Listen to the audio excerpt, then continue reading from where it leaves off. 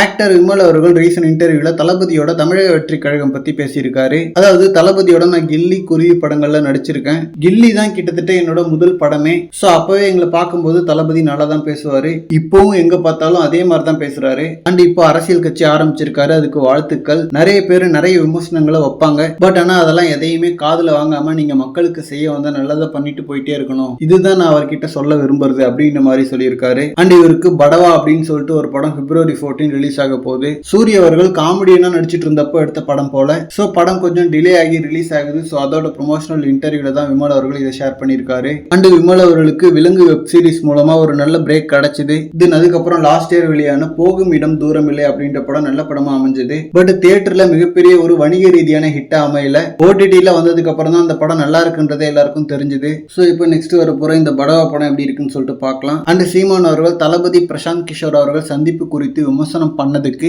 TVK நிர்வாகிகள் நிறைய பேர் சீமான் அவர்களுக்கு பதில் கொடுத்துட்டு இருக்காங்க. அதாவது பத்திரிகையாளர்கள் மைக்க நீட்னா சீமான் அவர்கள் எதையாவது வளர்றதே வழக்கமா வச்சிருக்காரு அப்படின்ற மாதிரி தமிழக வெற்றி கழகம் தரப்புல இருந்து சீமான் அவர்களுக்கு நிறைய பதிலடிகள் வந்துட்டு இருக்கு. அண்ட் சீமான் அவர்களுமே இவர் சொல்ற மாதிரி தான் தொடர்ந்து பண்ணிட்டு இருக்காரு. ஓகே ஃப்ரெண்ட்ஸ், இந்த மாதிரி தளபதி பத்தின ஹாட்டான அப்டேட்ஸ்க்கு நம்ம விஜய் ஃபோர்ட் சேனலை சப்ஸ்கிரைப் பண்ணுங்க. தேங்க்யூ.